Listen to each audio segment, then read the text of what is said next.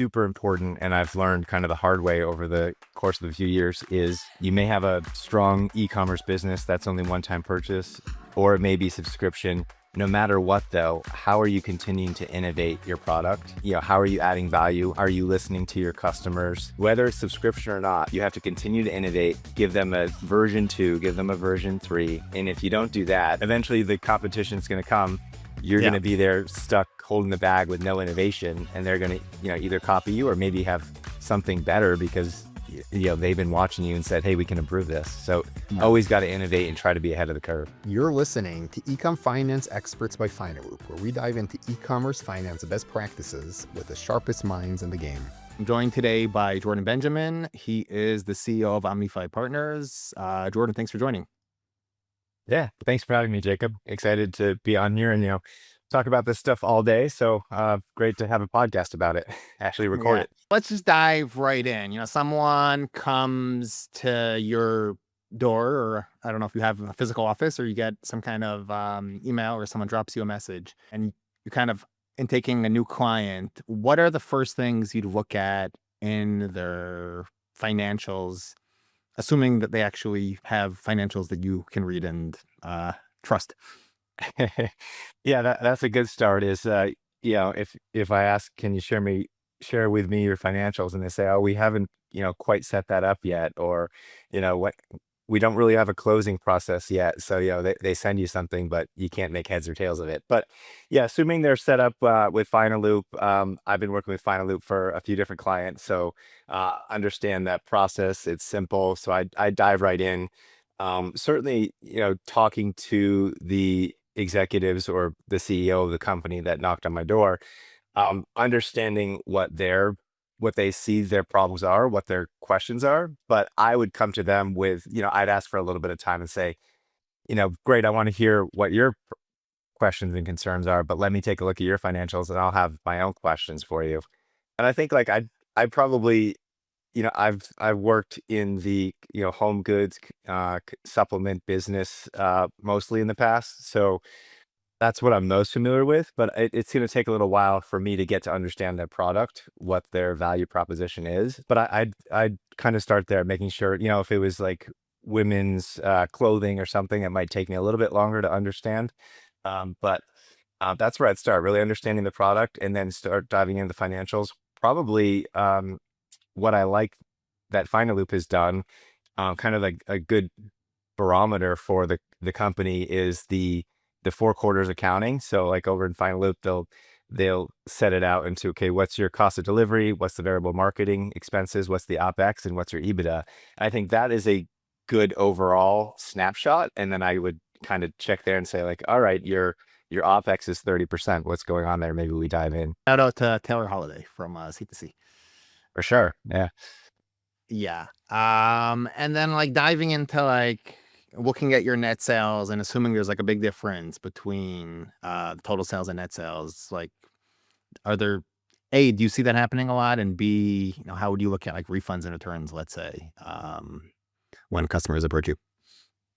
Yeah, I think like looking over at the P&L, a great place to start is, at the top. And if their refunds, there's industry standards, I think, for fashion apparel, it might be 20 to 30, as high as 20 to 30% of refunds. For, the industries that I've worked with more, it's under 10% for sure. But that's the place to start, right? So, okay, I learned about the company. What kind of value are they bringing to the consumer?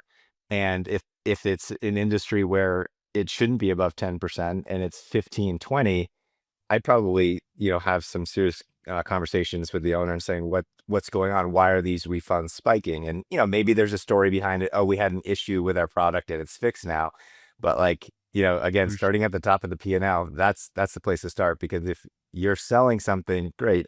But if it's a 20% refund at this business, where's this business going? That's the first place you want to fix. Right. That makes sense. And we had discussed in the past the return purchases on Amazon. You had an interesting insight there. You want to dive into that? Yeah. So about 2 years ago now, it was a big unlock. At the previous company I was working with, we were of course, measuring what our LTV was, what our payback was, what our cost of acquisition for new customers. And we continued to grow not only D2C, we had a Shopify store, but we were selling more and more on Amazon, and Amazon became a larger portion of our total revenue. And we were at least 6 months on Amazon, maybe probably more like a year. And we had really no measurements over there, but except that to see Mm. that the total revenue at the end of the month, it was growing on Amazon. We were Oh, continuing to have dashboards for new customer acquisition costs, D2C. And then all of a sudden we just had Amazon, what, organic growth, 100%? No, that's not likely. So we started digging in more, and we were able to pull out Amazon keeps their customers close, right? Doesn't like to share very much with the company, but you can tell from Amazon. Amazon gives the customers unique identifiers. So essentially, like their own email address for every customer. Now, it's not actually like Jordan's email address. It has just some random numbers there, but you can track that. And so you can start measuring all the new customers that we acquired, say in the month of January. How many were new customers? How many were returning? And you can start measuring that over time, and you can then start measuring their repurchase rates. So the one-time purchasers, OTPs versus the subscribers. And that was a huge unlock, because then we started measuring our total paid media spend and dividing that into total new customers acquired both on D2C and Amazon. And we could also build in repurchase rates for Amazon, the OTPs, which it was surprising to us, but now, like, in retrospect, it makes sense. But one-time purchasers on Amazon have much more repurchase frequency than one-time purchasers on your D2C Shopify website. And that makes sense, right? Because we're on Amazon buying stuff all the time. Amazon's really good at just reminding you, hey, you bought this in the past, you want to buy it again. So the OTP repurchase rate was a pretty good, recurring revenue that we started to build into our LTV for our new customers. very interesting. And how frequently do you see customers with significant recurring revenue versus mainly one-time revenues? I've worked mostly with subscription businesses, if that's your question. I've like some of the larger companies, even like a Hexclad, they might not have a robust subscription agreement, pushing people to subscribe. But I would say it's always important when building out that, if I met a new customer company came to my door, and they weren't really pushing subscription, or they didn't have subscription at all, I'd still really encourage them to say, well, let's think about the lifecycle marketing. Let's think about the LTV of your customer over 1 year, 2 years, 3 years. How are you reconnecting with them? Yes, they buy in day one, and that's super important. We got to understand the margins there. But what when do you expect them to purchase again? How are you giving them more value? How are you connecting with them through email marketing? Um, and that's a beauty of Hexclad or something. You buy one pan or maybe three, and you really like it, and then they've got 20 other products that are high quality that people end up buying, and they see the ads, and the the Super Bowl ad recently I saw on Yeah. Sunday, so Yeah. just reminds you, like, oh yeah, I'll buy another one. Or it's Valentine's Day, I'm gonna get this really cool pot. So there's always uh added LTV for the customer that you should bake in, even though they're not subscription. Yeah, Right. Yeah, I think it's such an important point because it comes up all the time. In all kinds of places, like let's say about valuations. And like one of the reasons that SaaS companies are valuated higher than an average e-commerce brand is because of this subscription slash recurring revenue model, right? Which just makes the company worth much more. And when you're kind of modeling out your LTV, it makes it much easier and much more feasible when you actually have a subscription model. I guess it for really depends sure. also what specific category of e-commerce you're in, whether recurring revenue is more or less prevalent there, right? Yeah, yeah, for sure. I think the the thing that goes along with that is, again, if it's only your business is a one-time purchase, but super important, and I've learned kind of the hard way over the course of a few years, is you may have a strong e-commerce business that's only one-time purchase, or it may be subscription. No matter what, though, how are you continuing to innovate your product? What are you how are you adding value? Are you listening to your customers? So, whether it's subscription or not, you have to continue to innovate, give them a version 2, give them a version 3. And if you don't do that, then you can expect, to if you're not growing, you can expect to die, right? Like if you're a business and you're doing well over a couple of years, but you always have the same product, well, the saying goes like your margin is my opportunity. So eventually the competition is going to come. You're going Yeah. to be there stuck holding the bag with no innovation, and they're going to, either copy you or maybe have something better because they've been watching you and said, "Hey, we can improve this." So Right. always got to innovate and try to be ahead of the curve, no matter Right. what. Right. Definitely. E-commerce is very easy to get into, right? Much easier than software. But on the other hand, because it's so easy to get into, anyone else can come and copy you and kind of build a very similar product. So you definitely need to innovate and be differentiated. Um, like moving down the P&L, like how about like COGS, either product or non-product? How would you? What would be kind of major issues that you'd see come up frequently, and how would you deal with them? Yeah, I think it's super important to understand what the landed cost to your warehouse, your fulfillment center, your 3PL is. And that's become more of an issue in the last few months with the potential tariffs, whether it's 10% or 25%. But really having a handle on starting at the beginning, whether, who are your suppliers, who's your manufacturer, or who's your broker, um, what kind of contracts and terms do you have set up with them? And just like unpacking and getting that question answered may yield some results where, you should dive in with the company. Or if I'm consulting with them, I'd say, all right, these terms aren't quite standard. How can we improve them? And and why are you always paying air freight? Oh, because we're, the answer, oh, we had more demand than we thought, or we didn't send the PO in time. Like, so I've seen air freight in emergencies, but no one wants to pay air freight. And then there's the fast ships, and then the slower boats. Um, but getting the landed cost is um super important. And then I like I've seen a few companies and that have great margins, and it's all the way down through from like the I'd call it the direct cost contribution margin to then you add in, the fulfillment, the shipping, the merchant fees. So you get like kind of the second contribution margin.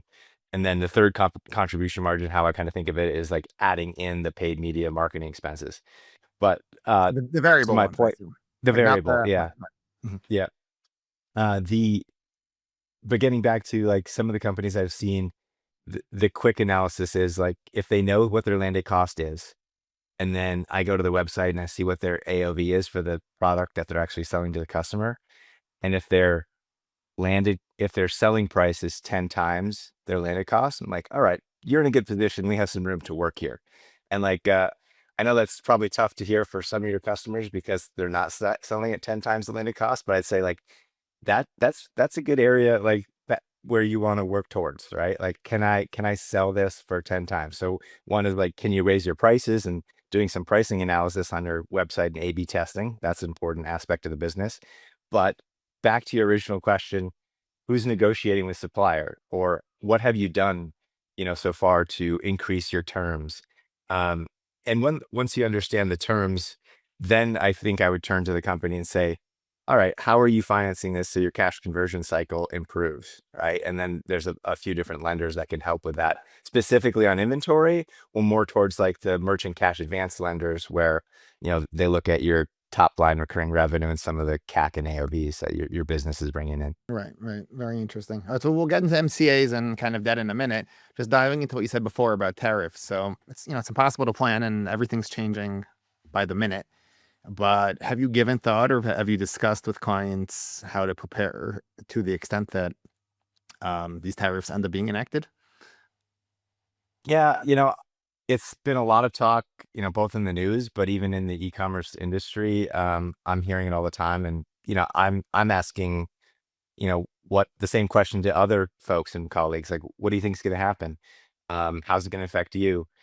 Uh, for I'd say for most businesses under 10 million in revenue a year, it's a little bit just like those businesses probably have so many other levers to pull that will yield more return on their energy and investment and resources than trying to figure out alternative manufacturer suppliers in Vietnam or moving things to Taiwan, or that is a lot of work. And because the big guys are already doing that, probably these Vietnamese or Taiwanese factories aren't going to give you the time of day to switch anyway. So I think like the short advice is just listen to what other larger companies in your industry are doing. But if you're under 10 million in revenue, don't try to do anything drastic. It's going to be, you should probably focus more on talking to your supplier, negotiating better terms, maybe improving your lending rates with your lender, because maybe they'll be open to and understanding that tariffs are affecting you in the short term, but you're trying to work through something in the long term. But um, it's so even in some of the companies I consult with that are larger, it's not too much on our radar. It's like, all right, we can bake this in, but in the meantime, like, what are we doing with the new products that we're trying to innovate? And maybe we think about changing pricing in the future. But it is, as you saw, just the Trump administration mentioned something about tariffs over the weekend. The after hours markets, freaked out. And then, by Monday afternoon, the administration's like, no, actually, we're going to hold off for 30 days. So I don't want to run my business like that. Right. So, You have to learn how um, to short the market. That's the the, lesson from there. yeah, there's enough fires to put out with like trying to follow like the tweets that are coming out too about tariffs. So I guess that's the short of it. Yeah. Got it. Okay, that makes sense. And kind of diving back into debt, what we were discussing before, right? MCAs are big. Everyone's been discussing them in the econ finance space lately. Do you see that a lot amongst your customers? They end up taking out MCAs. Is that generally not planned and it's kind of like a last resort, or like how would you, if someone approaches you asking about an MCA, what would your response be? Um, be careful. That would be the first response. Like, look, I think MCAs play a key role in the e-commerce market and have for multiple years. And directly have helped some of the businesses that I worked with, albeit at a higher interest rate. Makes sense. Like I I think the like if a customer came to me, yeah, I mean, at first I'd say like, all right, let's look at the terms that the MCA lender is giving you. And like it's not easy to figure out the terms. So I've heard some like the smaller companies that aren't used to the MCA lenders, they'd say like, well, the fee is only 6%. They're only charging me 6%. And while the MCA lenders don't always like to say, well, what does that fee work out to from an internal rate of return so you can compare it to, what a typical monthly mortgage rate would be or something like that. Like it's very, very different. And so today I think there's some websites where you can quickly ask ChatGPT, what's the IRR on this? And that's where it's important. So like if a way if a lender is saying, all right, your fee is going to be 6%. All right, well, what's the term? Might be 5, 6, 7 months. And what is the frequency of repayment? And oftentimes the frequency of repayment is every week or every 14 days. You plug that into an IRR model and you start to see rates for an APR in the 20s. And that sounds crazy, but again, it makes sense for some companies. So again, not to knock on MCA lenders, like rates in the 20s when you can call up the MCA lender and say, within a week you can get $1 million, and they look at your revenue and they say, okay, funded, and they wire it to your bank, and you can spend that money to acquire customers at the CAC that you've decided is within your range acceptable, and also acceptable to the MCA lender. Probably you have to get them your plan, but that's great. That is like great, fast money. In a company growing quickly, good luck getting a traditional bank, or good luck even like you don't have inventory to lend on. You don't have operational history that a bank's going to want to see. So again, MCA lenders help companies scale. And sometimes if the company doesn't know their own business well, which is, back to our original conversation, but if they don't know their business well, then they get in trouble too. I mean, it's on the MCA lender though. Like they know the business and the space well enough too, where they're going to say like, you know, your numbers don't look good. Like the MCA lenders have all of the benchmarks. They're pulling in all the data. They connect to Shopify and Amazon through the API connection. So they have a very good pulse on the market. And for companies and founders that aren't that familiar with MCA lenders and e-commerce, you could probably learn a lot from the MCA lender. Yeah. Yeah, definitely. I think one point, which I've made in the past as well, kind of similar to what you're saying, is at the end of the day, the interest rate reflects the risk, right? And it's a relatively Yeah. risky loan because if within 1 week you can really get $1 million, and you wouldn't get that at a standard bank, and they're taking greater risk, and the greater risk requires greater returns. They're just charging more interest. So the question is it Yeah. fit with your business or not? Yeah. Absolutely. And then the other thing, like you mentioned, other lenders. Yeah, you definitely. There's other lenders out there that you should look into. Financing your inventory purchases, and even like the freight charges. There's lenders out there that will do that. That I've seen like give 30, well, give 3 months or even 4 months balloon payments. So they'll finance it, and you don't have to pay for 3 or 4 months. That when you plug that into the IRR calculator, that's usually better than an MCA lender.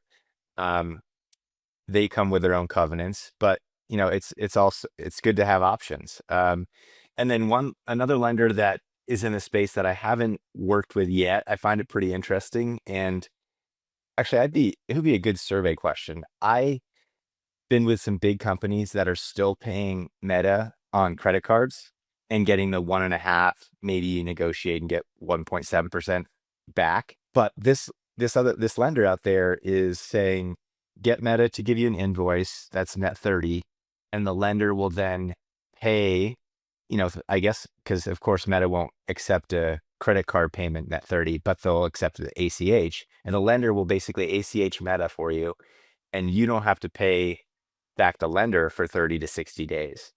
And so that's like a way to float your ad spend. So I can see it like as a competition a little bit to MCA lending, but obviously a little different. Haven't tried it yet, but I think it's really interesting. And actually, I did see, I think Common Thread Collective actually partners with them, or I saw them mention this lender's name. So um, yeah, I've been in talks with them, and I'm considering it, but it'd be an interesting question of like the size of company and in the e-commerce world, and whether they're actually doing Meta invoices on a net 30, maybe net 45, or getting the 1.5% cash back from a ramp or a Brex or something. Right. That is interesting. I wonder what the APIs would look like there. Um, Yeah, Interesting. that's true. I haven't gotten that far down the path of getting the APRs yet. I think they probably would want to be competitive. I'm sure it would come below an MCA lender. Now, looking like at the operating side, the OpEx of the P&L, what are like common areas where businesses can cut costs and save money that I might not be aware of? This is a great question, because things like I'm excited because things are changing so much. And so like even in 2025, certainly it started in 2024 and 2025, it's continuing, where the like AI like supporting the teams in many different ways. And I've seen that through like agencies utilizing AI.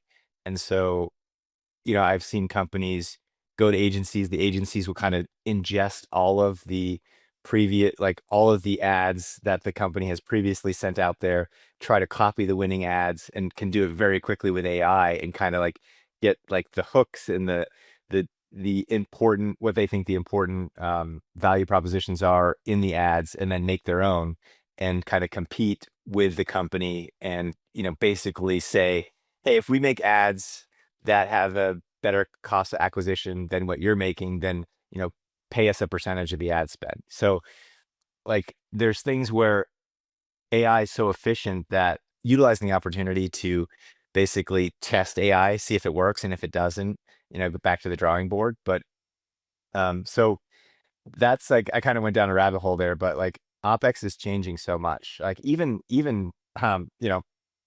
shameless plug to Finaloop, but I have companies that are pulling Amazon Seller Central reports and pulling Shopify reports at the end of the month, and then they are reconciling the returns and the Amazon fees and all of that into a general ledger and putting that up into QuickBooks.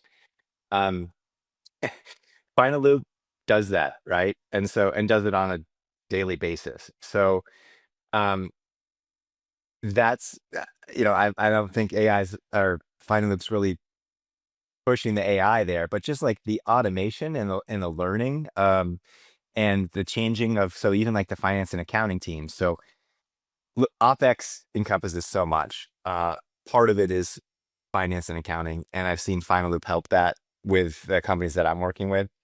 Um, I think another important factor, again, talking to a company that comes to my door and they say, yes, our cost of acquisition is X. Okay. And then we go down and look at their OpEx, and their OpEx seems a little bit high. And they have like this other marketing in their OpEx. And I would just like warn companies, be careful there. These agencies that charge a percentage, it's common percentage of ad spend, and that if those agency fees get booked down in OpEx, then it's going to kind of bloat OpEx. And it's not, this is where like it's nuanced. You have to understand, like company has to understand, without paying that agency, would they have been able to acquire that customer? Yes or no? And if the answer is no, and they pay the agency a fee on top of their ad spend, then you're probably going to want to have a blended CAC to show that this is, what Meta reported as the cost of acquisition, but then I had to pay an agency 7.5% of my Meta spend. Right. It's And variable. that's It's your like variable at the all end of the in. day. Yeah. Yeah. And that's careful. I've seen other marketing get out of hand, where, when there's like been silos or a disconnect, marketing saying that their CAC's really good. Like the finance or accounting team is reporting OpEx continuing to increase.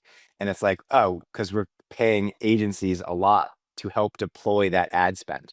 Yeah. But I just say, be careful there.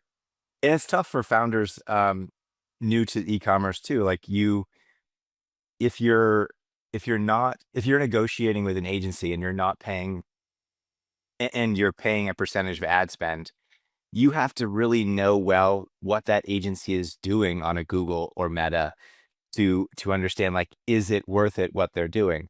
Or you have to structure some incentive for that agency to say, if our AOV is at least this amount and our CAC is below this amount, then I'm willing to pay you an incentive bonus. But that takes a lot of knowledge of your customers and your sales channels to be able to go to an agency and negotiate that. And some will just say no, like that's just not what they do. But I just say Right. be careful there on agency fees. Yeah. Right. Right. That's a really good point. Something just a little more personal. I know we were discussing this in the past, and you were a CFO of a specific group in the past, and now you're more like a fractional CFO, correct? Yeah. What's what's more interesting? What do you enjoy doing more? Hmm.